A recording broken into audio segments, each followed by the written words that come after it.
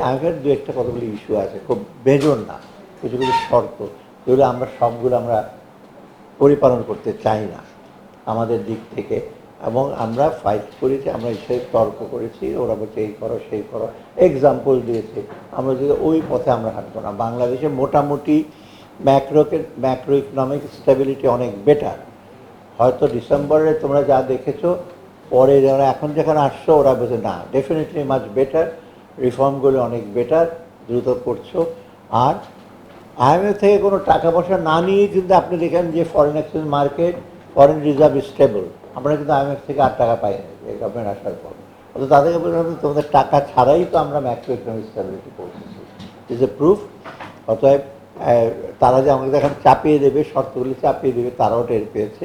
অর্থাৎ ওরা বোধহয় উইল কন্টিনিউ, এবং ওরা বলছে যে we are arriving towards agreement. আপনারা দেখেছেন তো ওই ওই কৃষ্ণা শ্রীনা বসেন একটা ইন্টারভিউ দিয়েছে সাইড লাইনে, ডেইলি স্টারে আসছে, যে আমরা রিচিং টুয়ার্ডস এগ্রিমেন্ট। সো ওইটা আমরা আশা করি আমরা ওইটাতে কিছুদিনের মধ্যে আমরা এগ্রিমেন্ট হবে, ওইটাও 1.2 বিলিয়ন।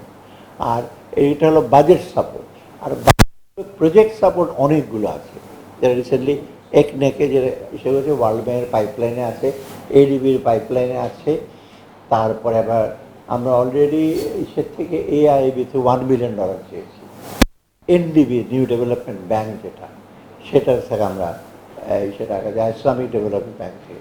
অর্থাৎ সার্বিকভাবে আমাদের কিন্তু প্রজেক্টের ব্যাপারে তেমন, প্রজেক্ট অর্থায়নের ব্যাপারে তেমন কিছু আমরা অসুবিধা দেখছি না। বাজেট সাপোর্টের ব্যাপারে IMF-এর সাথে একটু আলোচনা চলছে। যদি বাজেট সাপোর্ট যদি আমরা IMF-এর ব্যাপারে অনেক শর্ত থাকে, আমরা চিন্তা ভাবনা করছি আমরা নিজের মতো করে বাজেট করতে চেষ্টা করবো।